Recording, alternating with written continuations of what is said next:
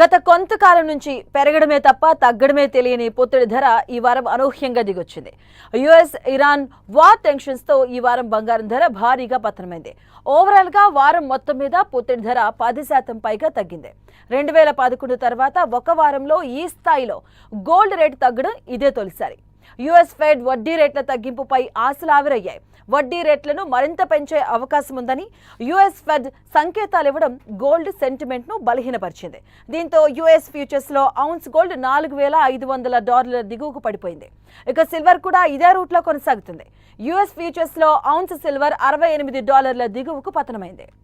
ఇక crude oil ధరలు భారీగా పెరుగుతూ ఉండడం, డాలర్ స్ట్రాంగ్ కావడంతో గోల్డ్ ధర దిగొస్తుంది. మిడిల్ ఈస్ట్ లో ఇరాన్ ఇజ్రాయెల్ టెన్షన్స్, హర్మోజ్ జలసంధి నుంచి రవాణా స్తంభించిపోవడం, ఇన్వెస్టర్ల లాభాల స్వీకరణకు దిగడంతో గోల్డ్ నుంచి ఇన్వెస్టర్లు తమ పెట్టుబడులను వెనక్కి తీసుకుంటున్నారు. ఇన్వెస్టర్లు గరిష్ట స్థాయిల దగ్గర ప్రాఫిట్ బుకింగ్స్ కు దిగడంతో మార్కెట్లో అమ్మకాడ ఒత్తిడి పెరిగి గోల్డ్ రేట్స్ ఈ వారం కుప్పకూలాయి. ఇక వార్ టెన్షన్స్ తో స్టాక్ మార్కెట్లు కూడా నేలచూపులు చూస్తున్నాయి.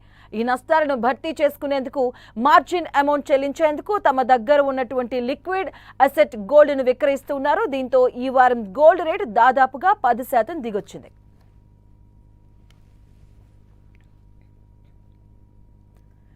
ఈ వారం ప్రారంభంలో $1,62,500 ఉన్నటువంటి 10 గ్రామ్స్ ప్యూర్ గోల్డ్ ప్రస్తుతం $1,50,400 పలుకుతుంది. అంటే ఈ వారం 5 రోజుల్లోనే గోల్డ్ రేట్ $12,000 దిగొచ్చింది.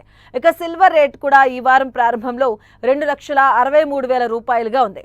ఇక ప్రస్తుత దేశీయ మార్కెట్లో వెండి ధర $2,33,000 పలుకుతుంది.